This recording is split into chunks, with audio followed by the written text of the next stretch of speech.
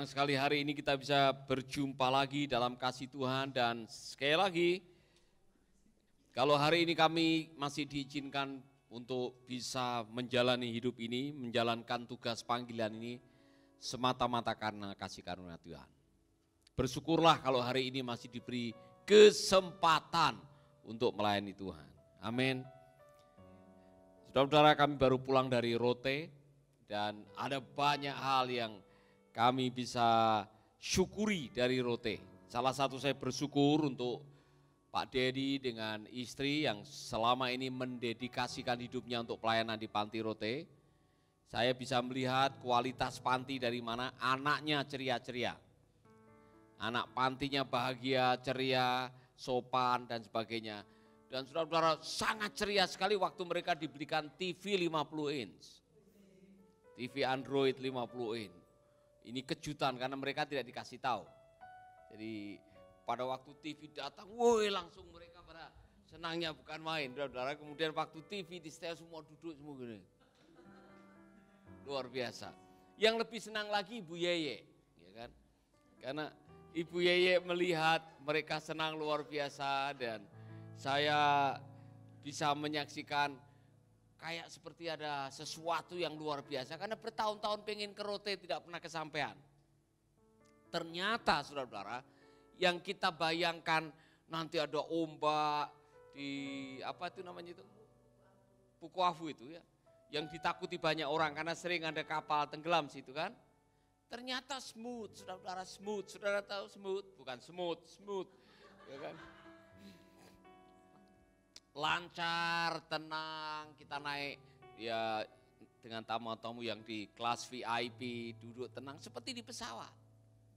Luar biasa dan kami menikmati perjalanan ini disambut oleh saudara-saudara kita yang ada di sana dan luar biasa dan selama kami berada di Rote ada hal-hal yang tidak pernah kami bayangkan yang terjadi, hal yang lebih besar yang Tuhan akan kerjakan. Dan demikian juga waktu disambut oleh anak-anak PAUD. Jadi ada 90-an anak-anak PAUD yang bergabung dari 3 PAUD. Kami datang disambut dengan tarian, mereka menyanyi. Saudara, anak-anak itu betul-betul menghargai. Jadi mereka pakai baju daerah Rote dengan topi yang dari selfie. Yang lontar tuh ya. Woi, ganteng-ganteng, gagah-gagah anak-anak senang sekali. Mereka sangat menghargai partnership apa yang kita lakukan. Jadi saya mau menyalami saudara-saudara semuanya. I just want to say to my brother Ron Harris, you're watching right now. You have a greeting from Pak Roni and 2 crew of the radio Suara Malole in Rote. And for 19 years, Radio Suara Malole in Rote has been making impact for the people in Rote. Everywhere I go, I met people, oh you are on the radio. I heard your voice on the radio. I heard your teaching on the radio. So Brother Ron Harris, thank you very much for your support for Radio Rote. Tuhan memberkati. Ini Pak Ron Harris nonton dari Dallas, dari Amerika Serikat. Dan dia yang terkesan sekali saudara-saudara karena Pak Ron Harris ini pernah datang ke Rote waktu kami bawa transmitter, kemudian kami install radio, kemudian siaran. Pada waktu kami mau pulang, kami haus. Kemudian ada orang yang baru turun dari pohon lontar bawa jus, tua. Ya, kemudian kita minta, ya kan? Pada waktu kita minta, boleh enggak minta gitu. Ibu yang ada di situ bilang, setiap orang pasti haus.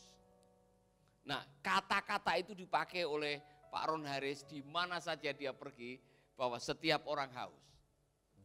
Maka setiap orang harus ditolong. Dan ada mujizat yang luar biasa waktu itu. Tiba-tiba pesawat yang kami tumpangi tidak jadi atau perahu yang kami tumpangi, kapal feri yang kami tumpangi batal.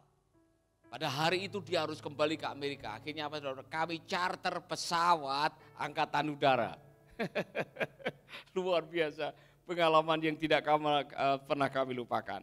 Nah saudara-saudara, salam untuk semuanya. Terima kasih sekali lagi untuk teman-teman dan salam untuk anak-anak yang ada di Rote. Saudara-saudara, saya yakin nanti mungkin Ibu Yeye mau bersaksi menceritakan bagaimana sukacitanya tiba di Rote dan sukacitanya meninggalkan roti, tapi saya mau mengajarkan saudara-saudara sesuatu yang saya pikir ini bagus sekali. Belajar hidup taat. Ternyata di hadapan Tuhan ketaatan itu sesuatu yang luar biasa. Taat itu istilahnya harga mati di hadapan Tuhan. Saudara jangan pernah mempermainkan ketaatan. Karena gara-gara tidak taat, ada orang-orang yang akhirnya dilengserkan oleh Tuhan. Gara-gara tidak taat, ada orang-orang yang diturunkan oleh Tuhan. Gara-gara tidak taat, ada orang-orang yang bahkan kehilangan nyawanya. Ketaatan di hadapan Tuhan tidak main-main, saudara-saudara. Nah, kalau saudara belajar mengenai ketaatan dalam bahasa Inggris, faithfulness. Semua bilang faithfulness. Tahu faithfulness? Faithful. Jadi ketaatan itu datang dari faith and full. Saudara tahu faith? Iman. Full? Penuh. Jadi orang yang taat adalah orang yang penuh iman. Iman itu percaya. Jadi kalau Anda percaya penuh kepada Tuhan, maka Anda akan melakukan apa kata Tuhan. Amin. Kalau Anda percaya penuh kepada pasanganmu, maka Anda akan setia kepada pasanganmu. Kalau ada orang tidak setia, akarnya pasti satu, dia tidak terlalu percaya. Mungkin dia sedang meragukan, mungkin dia tidak yakin kepada orang itu, ya kan? Tanyalah kepada orang-orang yang sedang tidak setia kepada pasangannya, tidak setia kepada majikannya, tidak setia kepada orang-orang yang ada di sekitarnya. Pasti karena ada keraguan. Saudara-saudara, ketika Anda punya keraguan, Anda akan bermasalah dalam hidup ini. Mari kita akan melihat seorang raja yang baru diangkat, ditabiskan, dalam hitungan beberapa tahun, dia dilengserkan oleh Tuhan. Walaupun dia memerintah, tapi sebetulnya dia sudah bukan raja yang ditentukan oleh Tuhan, karena Tuhan sudah memilih orang lain. 1 Samuel 15. Kalau saudara membaca 1 Samuel 15, ini belajar yang luar biasa untuk para pemimpin, termasuk saya. Mari kita akan belajar sesuatu yang penting. Berkatalah Samuel kepada Saul. Saudara tahu Saul? Orang paling ganteng pada waktu itu di Israel, ya kan? Orang paling gagah, badannya atletis, dia seorang pemimpin yang pinter, nanti kita melihat. Dia pinter mengatur strategi, dia pinter memobilisasi orang, tetapi dia punya masalah. Berkatalah Samuel kepada Saul, aku telah diutus oleh Tuhan untuk mengurapi engkau menjadi raja atas Israel, umatnya. Oleh sebab itu dengarkanlah bunyi firman Tuhan. Semua bilang dengarkanlah bunyi firman Tuhan. Ulangi lagi. Mengapa Samuel minta Saul untuk mendengar? Samuel sudah tahu siapa Saul. Saudara-saudara, beginilah firman Tuhan semesta alam, aku akan membalas apa yang dilakukan orang Amalek kepada orang Israel.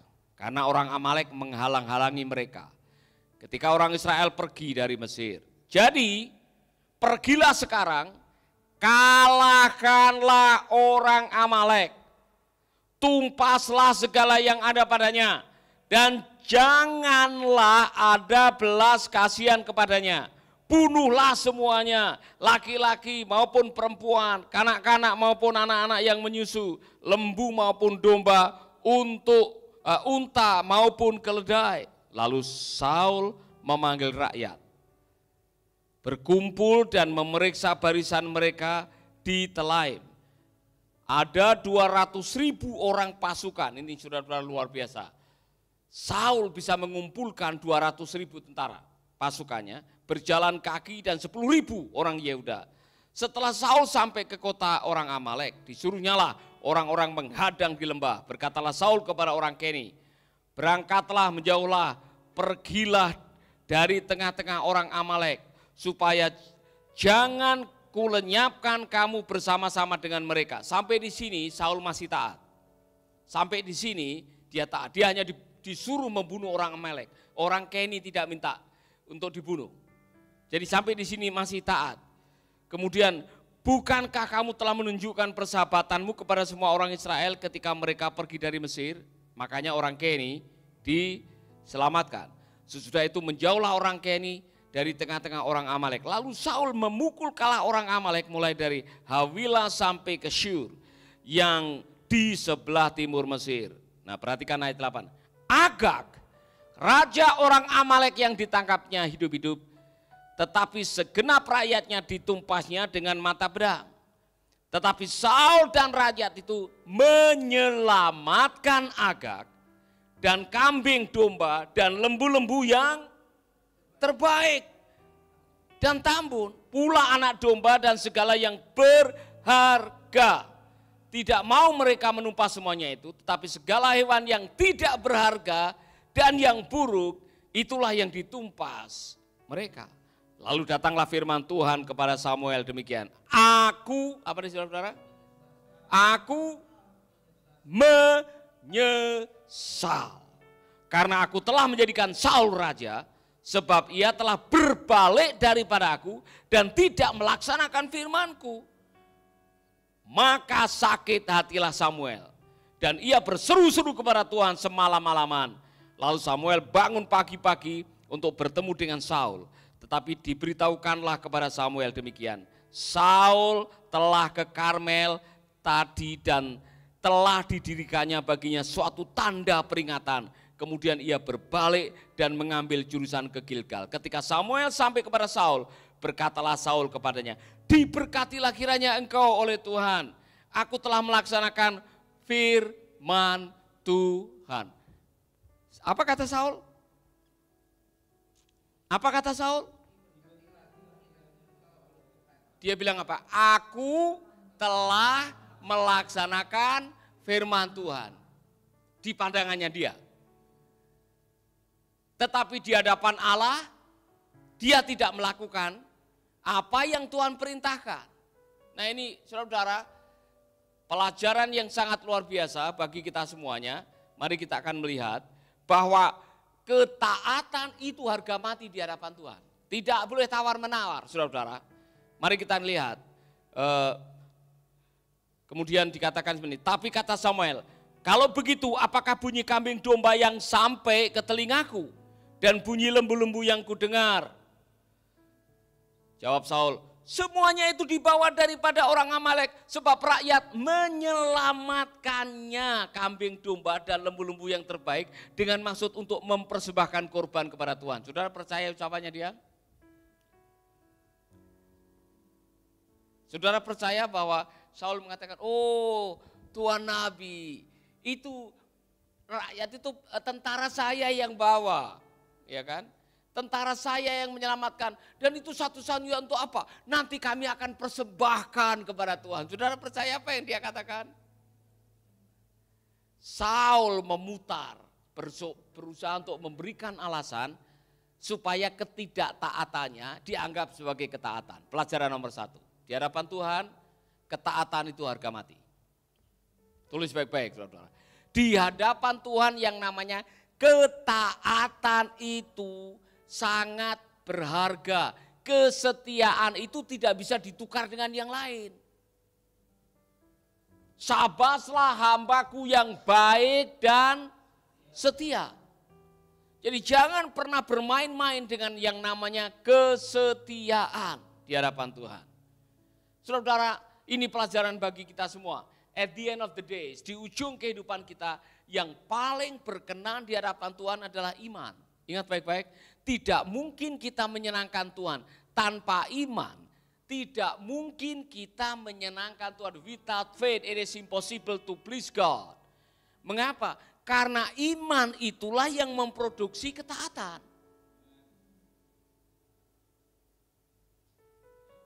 Ketika saudara sudah tidak lagi percaya kepada Tuhan, saudara akan percaya kepada yang lain-lain. Yang membuat Allah marah kepada orang Israel, khususnya pada zaman hakim-hakim. Saudara akan menemukan ada raja yang jahat, ada hakim yang baik, ada hakim yang jahat. Dan ketika hakim itu jahat, maka sengsaralah umat Israel. Pada waktu diganti dengan raja yang baik, maka diberkatilah mereka. Sama sampai sekarang. Kesetiaan saudara dihargai oleh Tuhan. Jadi jangan macam-macam dengan kesetiaan. Amin. Mari kita akan belajar beberapa hal di sini. Yang kedua, impartial obedience is not real obedience. Jadi ketaatan setengah-setengah itu bukan ketaatan. Iya kami bunuh, tapi hanya raja yang kami selamatkan dan mohon maaf, itu yang namanya lembu, kambing, domba yang tambun, kasihan. Kalau dibunuh, kan kami bisa pakai untuk persembahan. Saudara-saudara dengar baik-baik, dia mencari alasan untuk membenarkan ketidaktaatan. Berapa di antara saudara yang kadang-kadang melogikakan dan membenarkan ketidaktaatan? Waspada saudara-saudara. Ya Tuhan kan tahu Pak, ini tahun ajaran baru, anak-anak ini lagi perlu duit. Nah kalau perpuluhan kami untuk saat ini kami tidak bayarkan, saya pikir Tuhan tahu. Ya kan? Tuhan tahulah kalau kita ini lagi susah. Tuhan tahulah yang namanya ya sedikit aja. Kebohongan kecil kan tidak apa-apa Pak. Ya kan? Tidak apa-apa. Nyuap kecil atau korupsi kecil-kecilan tidak apa-apa Pak. Sebetulnya yang dilakukan oleh Saul adalah korupsi kecil-kecilan. Saudara-saudara, di hadapan Tuhan ketika Tuhan minta kita melakukan sesuatu, ketaatan menuntut penyerahan total. Ketaatan menuntut penyerahan tanpa melihat apapun juga. Maka belajarlah dari Mazmur pasal 1, diberkatilah orang yang kesukaannya merenungkan firman Tuhan siang dan malam. Apa ujung-ujungnya? Apa saja yang diperbuatnya berhasil. Saudara-saudara, saya belajar sesuatu dalam hidup ini. Saya ini kalau pelayanan ke luar negeri, kadang-kadang ada orang kasih persembahan ekstra. Bapak ini pakai saja untuk apa saja yang diperlukan. Saya langsung tanya, ini untuk pribadi atau untuk pelayanan? Terserah Bapak. Nah kalau orang bilang terserah Bapak, saudara-saudara, saya bisa langsung masuk kantong sendiri kan? Tapi saya belajar, kalau itu jatahnya anak yatim, kalau itu jatahnya orang susah, kalau itu jatahnya para lansia atau orang-orang yang membutuhkan, jangan pernah disentuh. Saya belajar itu, Tuhan punya cara untuk memberkati saudara. Amin. Haleluya. Jadi saudara-saudara dalam hidup ini, meskipun itu mungkin menurut ukuran dunia tidak apa-apa, kamu punya hak untuk melakukan. Tapi kalau itu bukan yang menjadi hak saudara, jangan pernah mengambil apa yang bukan menjadi hak saudara. Saya mau belajar dan saya mau kasih warisan ini kepada Anda, jujur di hadapan Tuhan. Hidup jujur itu paling enak. Amin. Orang yang jujur enak tidur. Ya kan? Orang yang jujur enak tidur banyak sedulur. Tahu sedulur? Saudara. Ya kan? Saudara-saudara, kalau Anda taat kepada Tuhan, taatlah secara global, taat secara total. Jangan pilih-pilih yang ini saya melakukan, yang ini untuk sementara saya tolak, yang ini saya taati, yang ini nanti kalau saya sudah mau mati, yang ini saya lakukan, yang itu nanti aja kalau saya sudah punya kekuatan. Salah, sekarang juga waktunya belajar taat. Amin.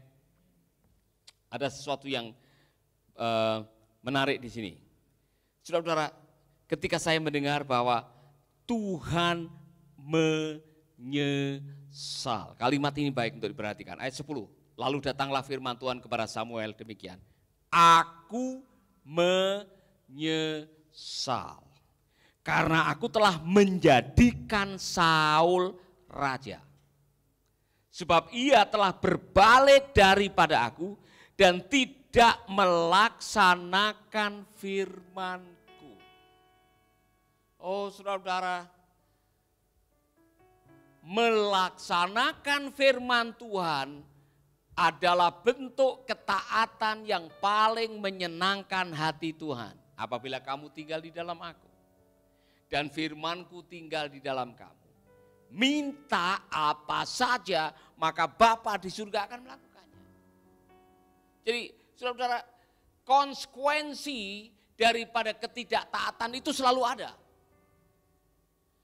Saudara-saudara, jangan macam-macam dengan ketidaktaatan, karena ketidaktaatan selalu membawa konsekuensi buruk. Karena apa? Ketidaktaatan membuat Tuhan menyesal. Artinya apa? Tuhan sakit hati. Di dalam salah satu tafsiran, penulis sedang menggunakan kalimat-kalimat yang sangat manusiawi untuk menyeberangkan bahwa Tuhan itu juga punya perasaan seperti manusia. Tuhan punya jiwa, Tuhan bisa merasa, Tuhan bisa bahagia, Tuhan bisa bersuka cita, Tuhan juga bisa kecewa. Saudara-saudara, jangan pernah membuat Tuhan kecewa. Hidup ini hanya sekali. Dan satu-satunya cara untuk membuat Tuhan tidak kecewa adalah taatlah kepada firman-Nya. Amin. Nah, mari kita akan lihat beberapa hal di sini. Lalu Samuel bangun pagi-pagi untuk bertemu dengan Saul. Tetapi diberitahukan kepada Samuel demikian. Saul telah ke Karmel tadi dan telah didirikannya baginya suatu tanda peringatan. Kemudian ia berbalik dan mengambil jurusan ke Gilgal. Saudara-saudara, Saul ingin terlihat hebat. Di hadapan manusia, dia ingin terlihat hebat. Dia bikin monumen. Monumen kemenangan. Dia lupa bahwa yang membuat dia menang itu adalah kemampuan Tuhan. Yang membuat dia menang adalah kuasa Tuhan. Yang membuat dia menang adalah karena Tuhan campur tangan. Karena Tuhan yang berperang buat mereka sebetulnya. Amin.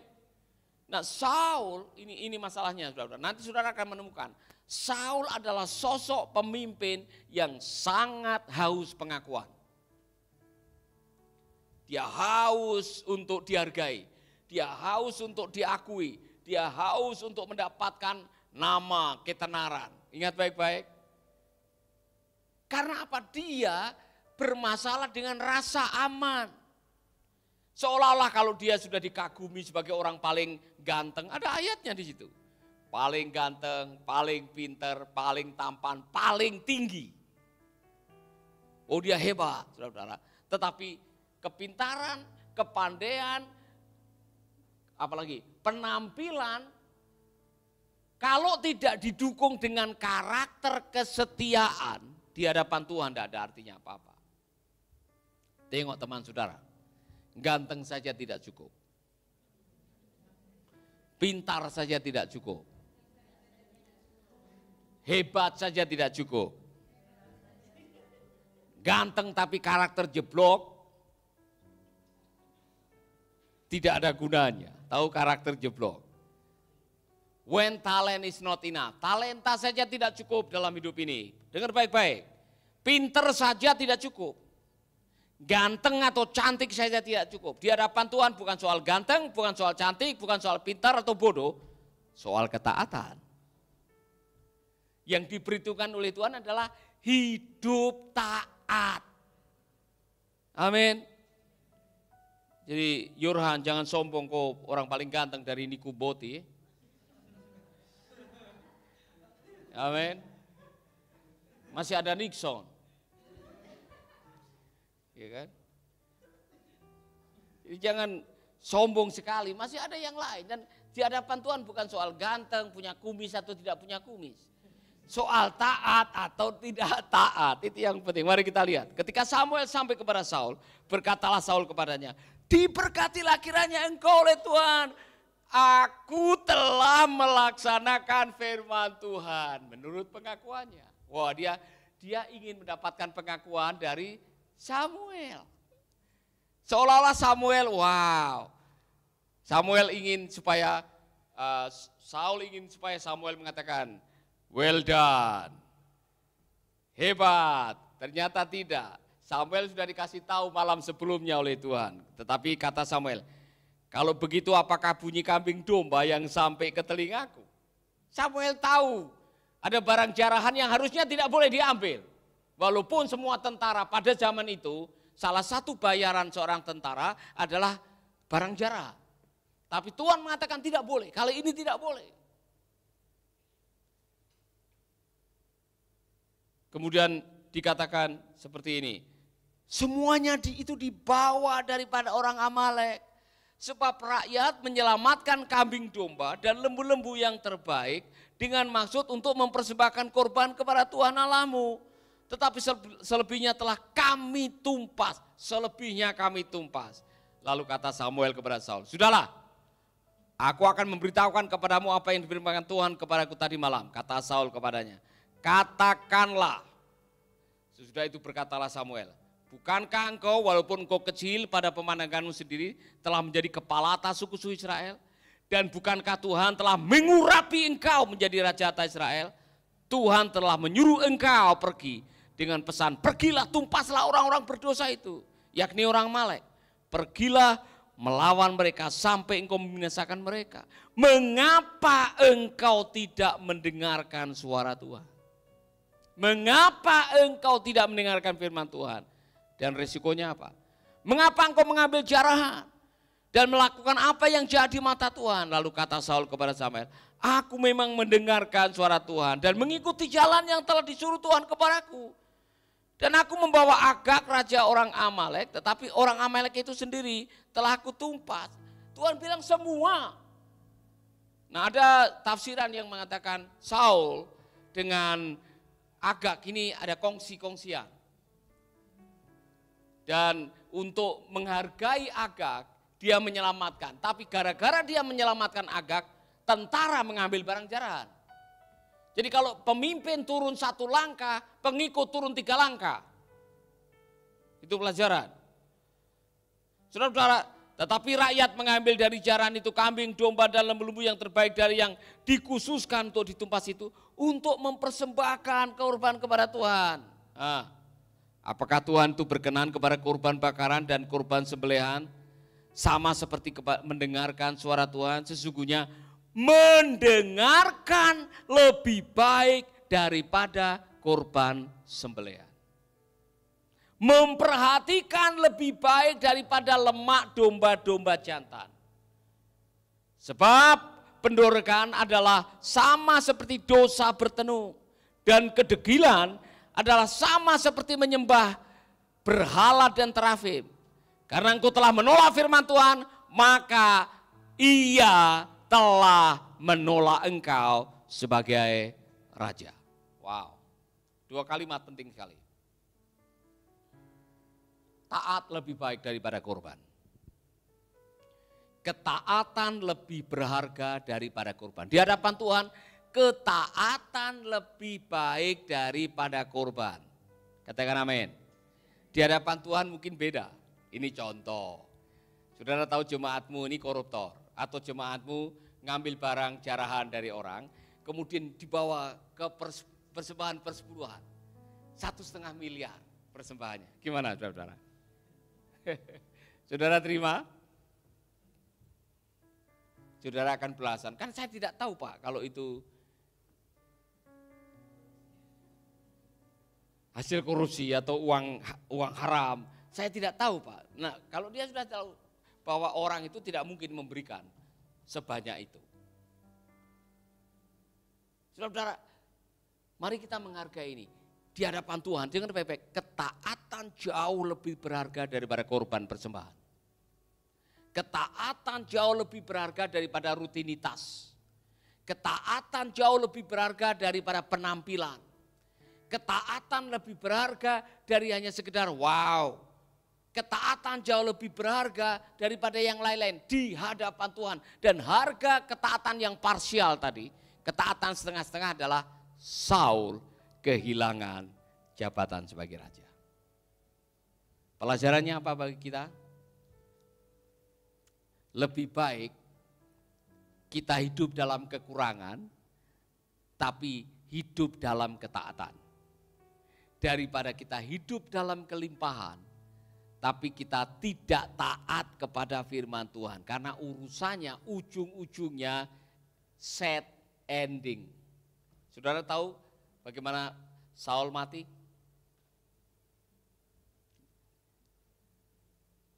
Ada yang bilang dia mati bunuh diri. Ya dia menancapkan dirinya ke tombak, ya kan? Atau ke pedang. Saudara-saudara, saya mau mengatakan kepada Anda semuanya, di akhir kehidupan diberkatilah orang yang taat. Karena itulah yang diperhitungkan di dalam kekekalan. Taat.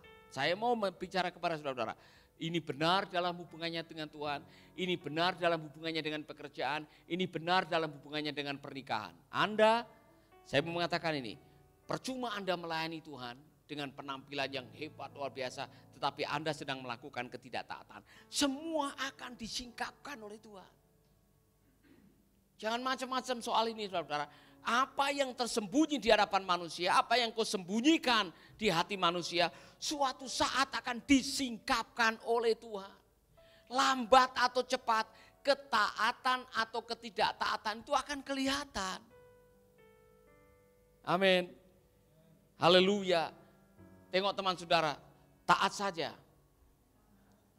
Taat saja, karena yang menghargai ketaatan itu Tuhan, dan yang tidak menghargai ketaatan itu akan menerima hukuman dari Tuhan. Jangan macam-macam soal hal ini, saudara.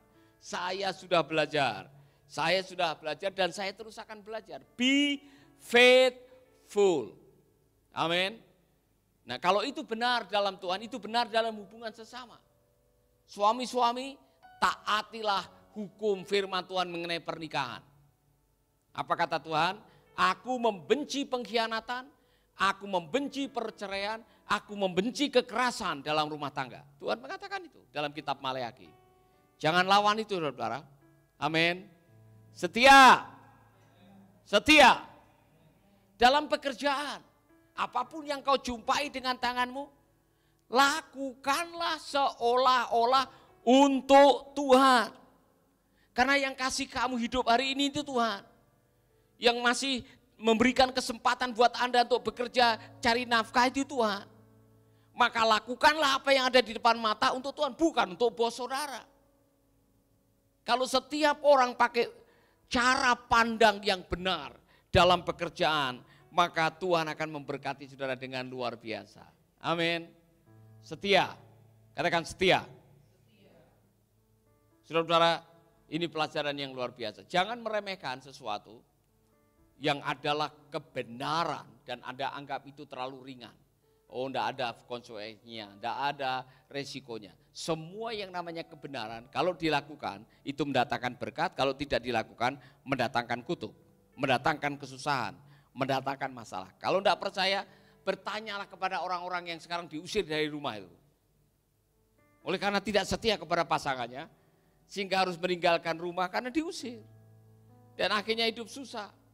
Ya kan? Saudara-saudara, hidup sekali, belajar taat sehingga kita bisa mengakhiri hidup dengan senyum dan mengatakan Tuhan baik. Haleluya. Amin. Mari kita berdiri, ada satu lagu lama. Setia, setialah, setialah sampai mati. Seperti Tuhan Yesus. Setialah sampai mati. Apakah balasan untuk kasih setia? Setia, setialah, setialah sampai mati. Katakan setia, setialah. Setia, setialah, setialah sampai mati. Seperti Tuhan Yesus, setialah sampai mati. Amin. Apakah balasanmu untuk kasih setianya? Setia, setialah. Amin, amin. Kabar baik buat Anda yang tidak setia nih, yang lagi nonton, mungkin saudara sedang tidak setia kepada Tuhan, tidak setia membaca firman Tuhan, tidak setia mentaati firman Tuhan, tidak setia bayar perpuluhan, tidak setia dengan pasangan, tidak setia dengan teman, tidak setia dengan majikan. God is God of a second chance. Tuhan selalu memberikan kesempatan untuk engkau bertobat. Yang tidak setia sekarang bertobat. Apakah aku tidak setia dengan Tuhan, dengan pasangan? Saudara, ada waktu untuk kita bertobat. Dan saudara mengatakan, Tuhan, aku mau bertobat. Taruh tanganmu di dada. Saya mau berdoa buat saudara. Bapa di dalam surga, kami bersyukur buat hari ini. Karena kebenaran firman-Mu ya dan amin. Kalau ada di antara kami yang sedang tidak setia kepada pernikahan, tidak setia kepada pasangan, tidak setia kepada Tuhan, tidak setia dengan teman, tidak setia menjalankan firman Tuhan, ampuni kami bertobat, dan kami mau menjadi orang yang setia. Terima kasih Tuhan, di dalam nama Yesus kami berdoa. Amin, amin, amin.